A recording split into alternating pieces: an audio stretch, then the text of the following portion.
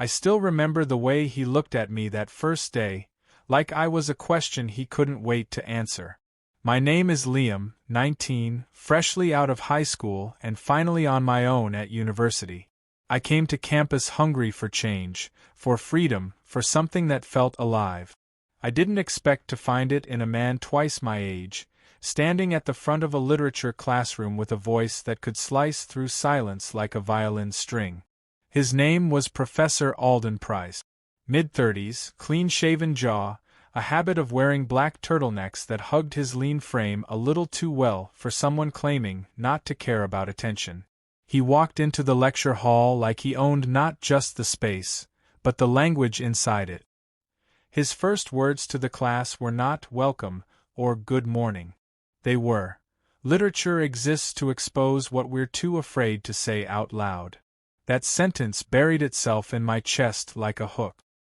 He spoke for the next hour without notes, pacing slowly, gesturing when the words demanded drama. I barely absorbed a word.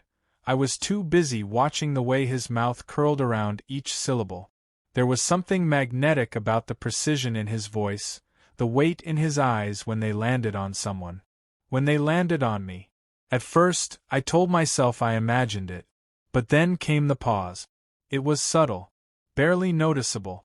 But in the middle of a quote from Baldwin, he glanced in my direction, held the gaze, and for a half-second longer than was appropriate. It was just long enough to make me feel seen and entirely exposed. After class, most students drifted off in their usual bubbles. I lingered. I had no question, no real reason to approach him. But I lingered anyway. "You looked distracted," he said without glancing up as he gathered his papers. "Wasn't bored," I said quickly. "Just listening differently." That made him stop. He looked up at me. Blue eyes. Sharp but not cold. "Differently," he echoed. "That's rare. Most students listen to pass exams. Some listen to remember. Few listen to feel." My throat dried. Was this normal professor talk? Or was there something layered beneath his words? He leaned back on the edge of his desk and crossed his arms. "What's your name?" "Liam." "Liam," he said, as if testing the name on his tongue. "Come to office hours sometime. I think we'd have interesting conversations." I nodded, trying not to look too eager, trying not to let my thoughts spiral into territory they shouldn't. That night I didn't sleep well. My mind looped back to the timbre of his voice, the way he said my name, and the unspoken weight in our conversation. I wasn't new to attraction. I'd had hookups, flirtations, late-night chats that led to shirtless mornings. But this was different. This wasn't about sex. At least, not entirely. This was about curiosity, complexity, control. 2 days later, I showed up at his office during hours, pretending to want help with a reading I understood perfectly. His office smelled like cedarwood and ink. Books lined the walls, floor to ceiling. He gestured for me to sit on the leather chair across from his desk. "What did you really come here for?" he asked. No smirk. Just a calm, terrifying awareness. I hesitated. "I liked what you said. About literature exposing what we're afraid to say." He nodded slowly, eyes on me. "And what are you afraid to say?" I swallowed. Was this a test? A trap? "That I like the way you speak," I said, bold and breathless. "The way you look at people. The way you looked at me." The silence that followed was brutal. It stretched long enough for my pulse to climb into my ears. Then he smiled, just barely. "Honesty. Dangerous currency in a place like this." "I'm not trying to seduce you," I lied. "I didn't say you were," he said smoothly. "But you should know I don't play games with students. If there's anything here, it'll wait. Or it won't happen at all." "But you feel it too," I said, surprising myself. Alden stood and walked to the window.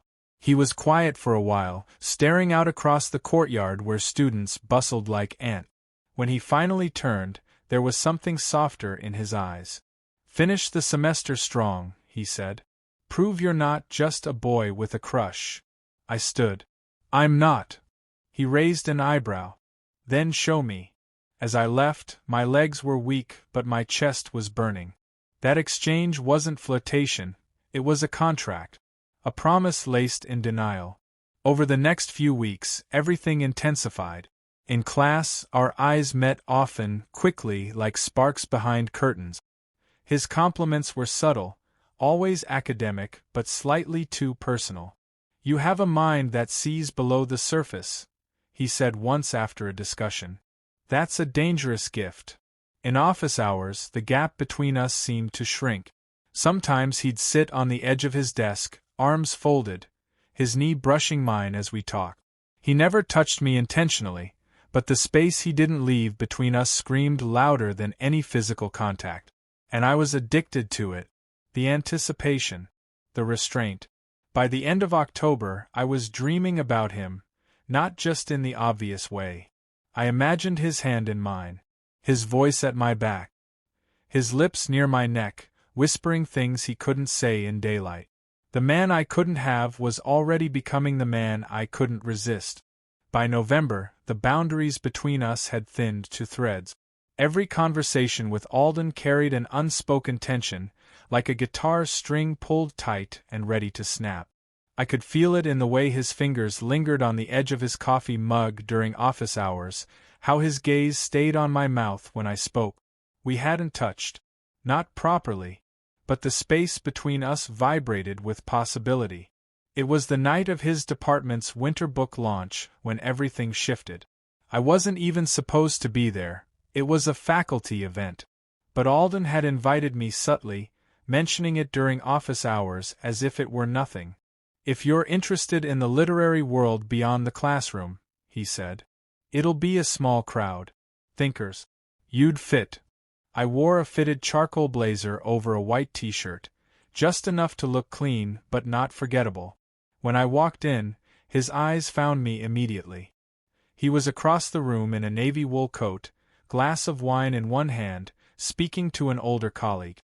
But the moment he saw me, he stopped mid-sentence.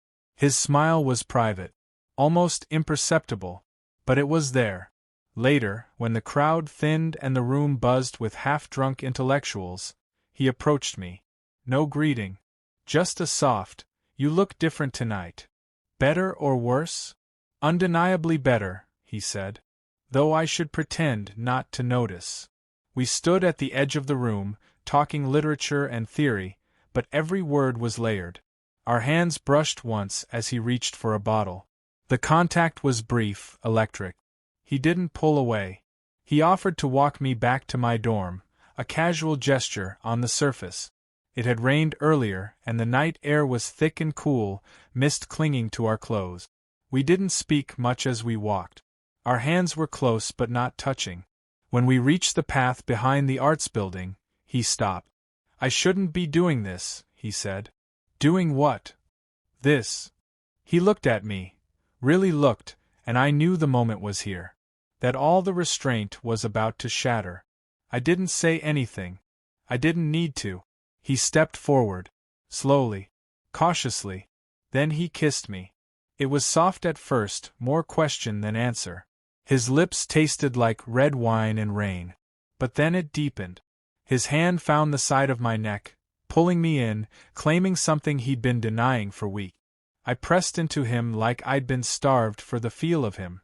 We broke apart too quickly, breathless. "This is a mistake," he whispered. "I don't care."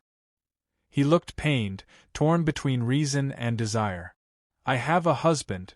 I froze. It hit like a slap. I knew almost nothing about his personal life. He was careful, private. I never imagined. "You're married?" I asked, voice hoarse. "Yes." "To a man?" "Yes." "And you kissed me anyway." He ran a hand through his hair, stepping back. I tried not to. I've been trying not to. I stared at him, anger flickering beneath my ribs. "So what am I to you? A break from boredom? A fantasy?" "No," he said urgently. "You're alive. You make me feel something I haven't felt in years." He stepped forward again, more desperate now. "Please don't reduce this to a mistake." "You reduced it the moment you said husband," I snapped. He looked wrecked. Not defensive, just quietly breaking. I didn't plan this, he said. I didn't want to fall for a student, especially not now. But you, God, Liam, you make me feel like I exist again. We stood there, suspended in silence. I need to know what this is, I said. What we are. I won't be someone's secret shame. You're not, he said. You never were. That night, we didn't go to my dorm. We ended up in a hotel room off campus, too risky to be seen together anywhere else. The moment the door closed behind us, the tension exploded. We didn't talk. We kissed. We touched. We stripped away everything between us, physically and emotionally. His hands were hungry, his mouth relentless. I felt worshipped, devoured, needed. But afterward, as we lay in tangled sheets, his phone lit up with a message. A name I didn't recognize. He silenced it quickly and turned the screen down, but I saw his jaw tighten. He knows, doesn't he? I asked. Alden didn't answer. He's starting to suspect. I'm not good at hiding things, he admitted. Not when it comes to you. I turned away, heart thudding. You said I wasn't a mistake, I whispered. You're not, he said, pulling me back against him. But maybe I am. He kissed my shoulder, gently, like an apology. I didn't sleep that night. I lay awake beside him, staring at the ceiling, asking myself if loving someone you shouldn't love makes you the villain, or just human. The next morning, he was gone before I woke up. A note on the nightstand read, I needed last night. I hope you did too. No signature. No promises. Just evidence of a line crossed and a world about to unravel. The weeks that followed blurred into a careful choreography of risk and denial. Alden and I saw each other in stolen windows of time, 30 minutes in his car between classes, a hidden motel room during research conferences, late-night texts that always ended with one of us saying, "This is the last time." But it never was. Desire, once given oxygen, doesn't shrink. It grows. I became fluent in silence. I stopped talking to my friends. Stopped answering my mother's calls. I carried a secret so enormous it swallowed everything else. And still, I kept going back. Alden was fire and contradiction. In class, he was composed, almost distant, always calling on me less than he used to, as if trying to prove something. But in private, he was raw, messy, desperate. Some nights he cried into my chest after sex, whispering how he didn't know when his marriage had become a performance. I loved him, he would say. I still do, I think. But not like this, I'd whisper back. No, he'd admit. Not like this. The guilt clung to him like sweat. He'd pull away as soon as we were done, like the closeness was a crime. And maybe it was. But I couldn't stop. I didn't want to stop. One morning, while walking back to my dorm from his condo, I saw him in the quad with his husband. Tall, clean-cut, wearing a blazer even on a Saturday. His name was Matthew. They looked picture-perfect, Alden holding a coffee, Matthew laughing at something he said, like nothing in the world was fractured. I froze, half hidden by the library steps, heart slamming in my chest. Alden looked up. Our eyes met. He blinked, barely a flicker, then looked away like I was nobody. It felt like being erased. That night, I didn't answer his call. The next day, he found me after class, pulled me into his office, locked the door. His hands shook. Don't shut me out, he said. Please. I saw you with him, I said, arms folded. You looked happy. I was pretending. You were good at it. He walked to the window, forehead against the glass. You think this is easy for me? I've built a life with him. We have a house. A history. You also have me. That's what terrifies me. I stepped closer, voice low. Because I'm young? Because I'm a student. Because I want you, he snapped. So badly it makes me hate myself. I reached for him, not gently. I grabbed the back of his neck and pulled him to me. We kissed like punishment, like confession. His lips bruised mine. His hands clutched my waist like I was his anchor and his curse. And then he broke. He shoved me back, breathing hard. We have to stop. We always say that. No, he said, shaking. This time, we do. I stared at him, rage and heartbreak coiling together. Are you choosing him? He didn't answer. You can't have both, Alden. I know. I walked out before I cried. The next week was agony. He didn't message. Didn't call. In class, he barely looked at me. The silence between us was colder than anything we'd said aloud. But on Friday night, just as I convinced myself it was truly over, he showed up outside my dorm. Soaked from the rain. Eyes bloodshot. I told him, he said. My stomach dropped. You what? I told Matthew everything. About us. I dragged him inside before someone saw. He collapsed on my bed, drenched and trembling. He cried. He screamed. Said I ruined his life. Did you? He looked at me, hollow and human. I think I ruined mine. I knelt beside him. Then why did you do it? Because I couldn't live with the lie anymore. I'd rather hate myself for the truth than pretend you mean nothing. I kissed him. Fiercely. Like choosing pain was something worth honoring. That night, he stayed. But neither of us slept. We lay tangled, wide awake, holding each other like survivors. I don't know what comes next, he whispered. Neither do I said. But you're here. And that has to mean something. He nodded, forehead against mine. I just hope it's enough. It wasn't a fairy tale.